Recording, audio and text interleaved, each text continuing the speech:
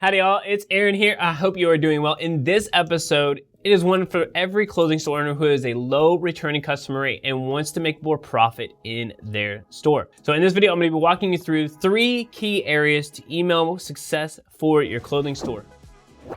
As always, make sure you grab something to take notes with and stick around to the end. We'll be sharing with you a way to get access to free high converting templates that we created for 7-figure clothing stores. Make sure you stick around. All right, so number 1 is best practices. Let's go ahead and start here because this is really, if you get any part of this video, what you should be doing no matter what. All right, so I'm just going to jump right into these and list them out in no particular order, but they do all have some weight and some value to them. Number 1, make sure that you do geolocation sending and not sending or batching your emails to send all in the same time zone. Do not promise something in the subject line and not deliver it in the rest of the email. Please do not use emojis or caps in your headlines. This will get you put into spam faster than, I don't know, just something really fast. Okay, it's not gonna work. This is obvious, but I know people who still do it. Don't buy email lists off the internet and then start spamming people. That is not how you grow your email list, right? So let's just get through that. That is the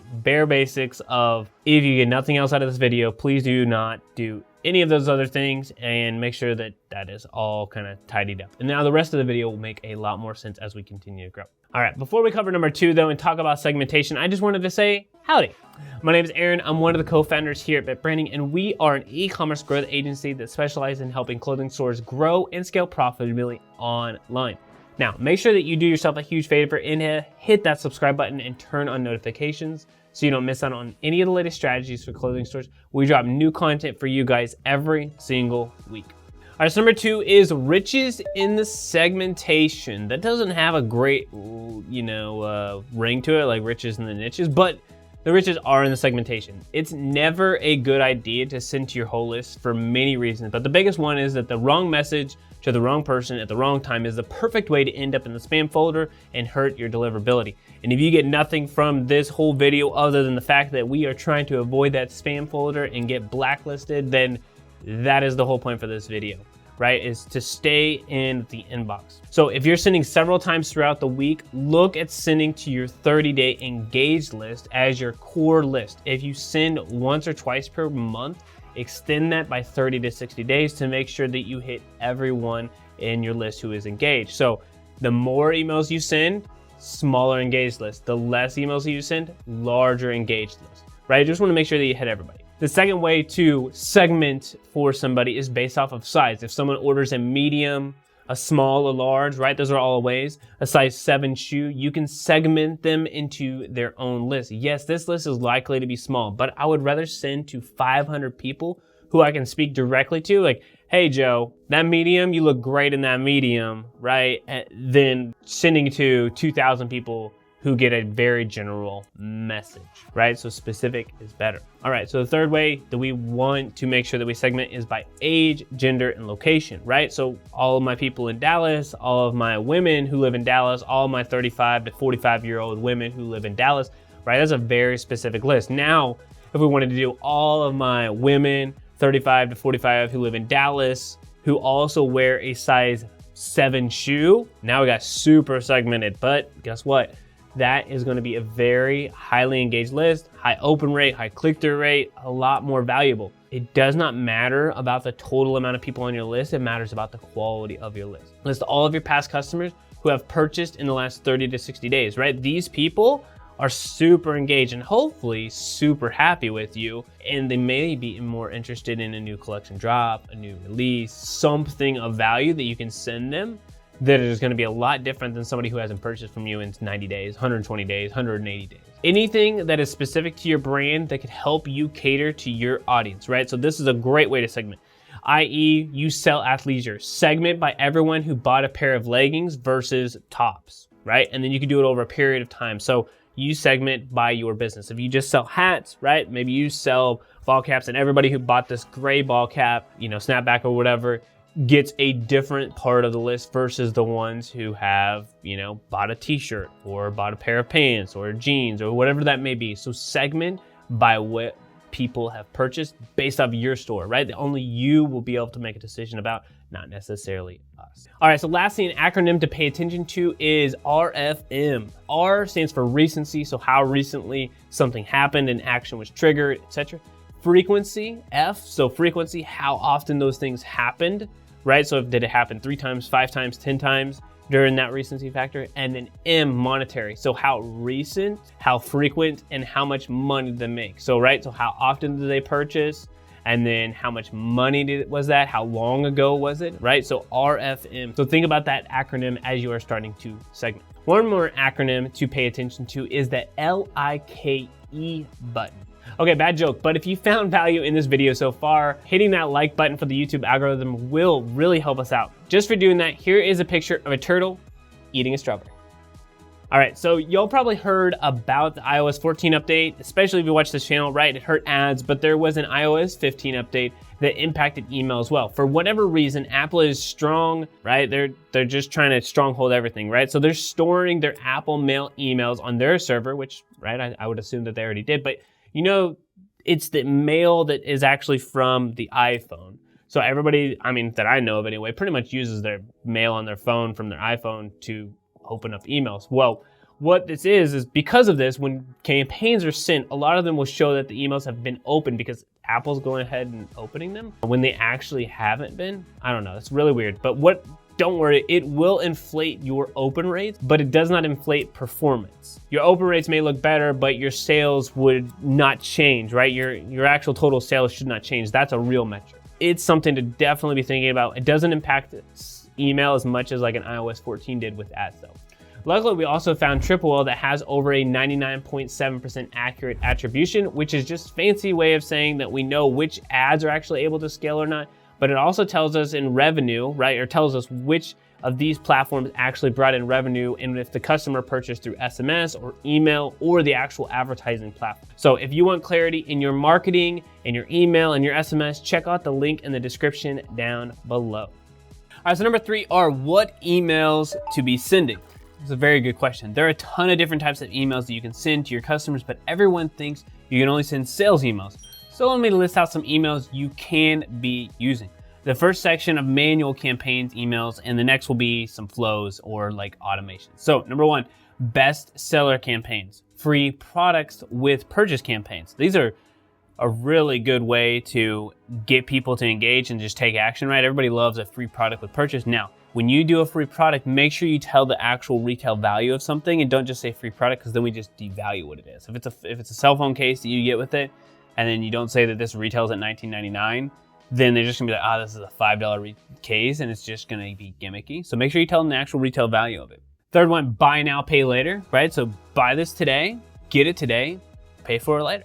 The pre-order campaign. So you're about to do something, it's about to be a new drop, some new denim, some new streetwear, whatever that may be, right? Do the pre-order campaign. A collection launch campaign. This one is really, really powerful because a collection launch, if done correctly, and we do have documents about how to do a whole collection, about leading it up to on social media with stories and TikToks and Reels, and just sending out through email and SMS, and then when the campaign finally launches, using a collection launch campaign really can catapult you to the next level. Flash sale campaign.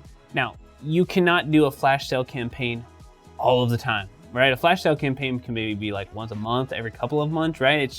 It literally means like, hey, this is a flash sale for this day. We're not telling you about it, and it's within it, for 12 hours, boom, take this deal. And that's when it can work. If you do it all the time, it just really takes away all of the factors that make it successful. The next one to do is how to style it campaign. So how to wear this shirt with this hat, right? I mean, not really a great example, but the point is like how to wear these outfits together, and then you style it together, and then to make a campaign for them to buy the full outfit together. Very interesting. This one is actually, this last campaign for the manual campaigns is one that I thought of that I think will be super helpful for you. So most people use this as a campaign for like when they're looking for services versus when they're selling a product. But a blog or content campaign could be very, very effective for you. So how can you create content for somebody that adds value to them that you could send via email, or a blog, right? So that blog could not only be how to style it, which is great, but like what are upcoming trends? What do people actually care about who are buying these types of clothes, right? They want to look good, they want to feel good, right? Could you write something motivational and then talk about the close with it? Could you bring in other artists? Could you bring in musicians? Could you bring in music? All of these things could create content around a campaign, and then you add value to somebody without having to sell them, but you also are showcasing the product. So just something I thought about, and something I haven't necessarily seen somebody do, but I think you could do really well. It just takes some work. And the difference between standing out or blending in, right, is that work. So those are the campaigns to send. Those are ones to be thinking about as you start to send more emails. All right, so the next section here are flow campaigns, or campaigns that you create once and update now quarterly or biannually. Now, what most people do not realize is that they create flow campaigns and then they just don't touch them again, right? You should look at them again. It is not a one time you do it and then you're done with it. It just means that you do it once and then you don't have to worry about it as much. But you should still be looking at them quarterly to biannually at the very minimum, so that you can continue to update things and continue to make them better, right? The last thing you want to do is have a great campaign and then just not do anything to make it better. All right, so the first one is, these are more so for those pre-purchases. So number one, site abandonment, make sure that that's set up. Browse abandonment, make sure that's set up. Now, site abandonment, browse abandonment can be specific to Klaviyo. Those are the ones that I'm mentioning it on. Some places do have them. Most places do have these next ones that I'm mentioning, right? So abandoned cart, abandoned checkout, a back in stock. Some people have to use an app. Some people can actually use their email service provider to make that happen, but these are all pre-purchase. Now, post-purchase, I've heard of some of these, but make sure that these are in place, right? So a thank you purchase, cross-sell and upsell. You'd be surprised at how many people do not send a cross-sell or upsell when somebody made a purchase. It's like, why not, right? When they just purchased and they had a great experience, that's the best time for them to purchase and buy again, right? So you're losing a lot of money if you do not have that. Next one is a customer win back. If they haven't purchased in 30, 60, 90 days, if you know what your cycle is, right? If it takes somebody 30 or 60 days to make a purchase and they're really close to the cusp of that, make sure you message them before, right? So if it's 60 days and you're like, hey, the average person buys twice in 60 days, hit them up on that day 52, 51. Say, hey, we miss you. Come back. This is the reason why you should come back, right? Get them to re-engage with that. And then a farewell email, right? So there's some people who just haven't engaged. Maybe they purchased one time, they moved on. It was for a bachelorette party, it was for a bachelor party, it was for a wedding, it was for something. And then they just don't have those events anymore, or they just found something else. Let them know, hey, that's fine. Here's a farewell email, wishing you nothing but the best. Go ahead and hit unsubscribe here, because what that's gonna do is it's gonna help your deliverability. If you get nothing from this video, what we talked about previously is making sure to stay out of the spam. And what do we do with that? We clean our list. So the farewell email will help us clean our list automatically. So make sure that that one is in place as well. All right, so I'm a big fan of automated flows because they can drive a ton of revenue and do not take any additional work, or at least that initial time. A healthy email marketing plan, though, has your flows and automations, right? So the flows and automations about equal as far as percentages to your campaigns, right? And so just to clarify, right, your flows are just what Klaviyo uses, and then automations pretty much what everybody else uses. So I use those interchangeably, but like your flows and automations should be equal to about the same percentage of overall revenue driven as your manual campaigns. So if one is completely outweighing the other, it's a sign that you need to make changes in your business, right? So if your manual campaigns equate for 70% of revenue and the flows are like 30%, that's actually a disconnect with what's happening, right? Maybe you're sending too many manual campaigns, or your flows are really just not hitting with your audience, right? So we need to look at both of those aspects.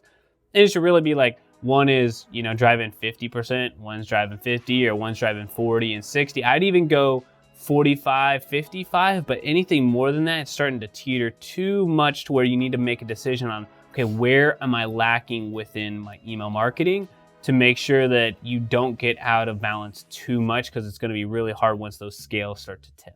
All right, before we move on to number 4, and I share with you how to get free clothing store email templates, I wanted to tell you about our free masterclass training for clothing stores that will walk you through the 5 pillars that you must have in place for your online store to scale consistently and profitably, no matter what is happening in the world. So if you want to get free access to this 19-minute amazing training, check out the link in the description down below. All right, so number 4 is how to grow your email list. All right, so the first one is the pop-up on your website. We had talked about this previously, that this is the number one way to grow your email list. The number one way we suggest to grow your email list is through that pop-up on your website. Make sure that that is done. And then make sure that you also have the 2-factor SMS as well. There's gonna be a video coming out about SMS and that 2-step verification or the two-step process there where you collect email first and then SMS. You do want to do both.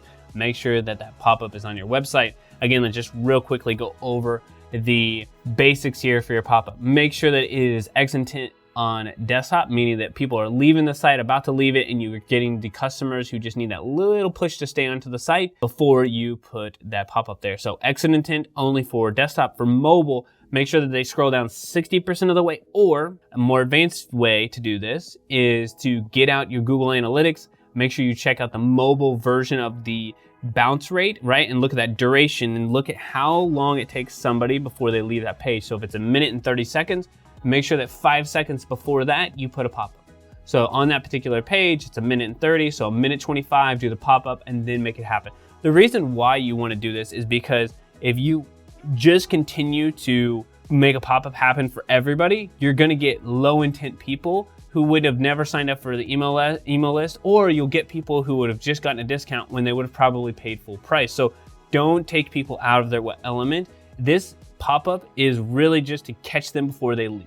We really ultimately want them to make that purchase. We get the data no matter what at that point. But if they are going to leave, let's make sure we at least get some information, and that's what this is for. So just some best practices there. Number 2, the footer on your website. It's a no-brainer here, but what most people do is say like, subscribe to my email list, or like, want to join us, or hey, you're going to get exclusive access to this and this and this and whatever. And they don't really add any value to them. So make sure that you're really, really strong call to action down at the bottom to give people an incentive to join on your footer, right? It's a low intent spot, or I guess really a high intent spot, because they're down at the bottom of your website. And if they've really read something great, they're giving you your email address. And if they do give you their email address, then they are likely to take action. So make sure that call to action is really good, and let's get people there to take action, whether it's on email or SMS. I prefer email first and then opt them to SMS. Another great way is through giveaways on social, right? And when I say giveaway, do not do something that's not in alignment with your business, right? A giveaway should not be for a clothing store, should not be a water bottle. It should be within the fashion area, right? It should be hats. It should be purses. It should be actual clothes that adds value.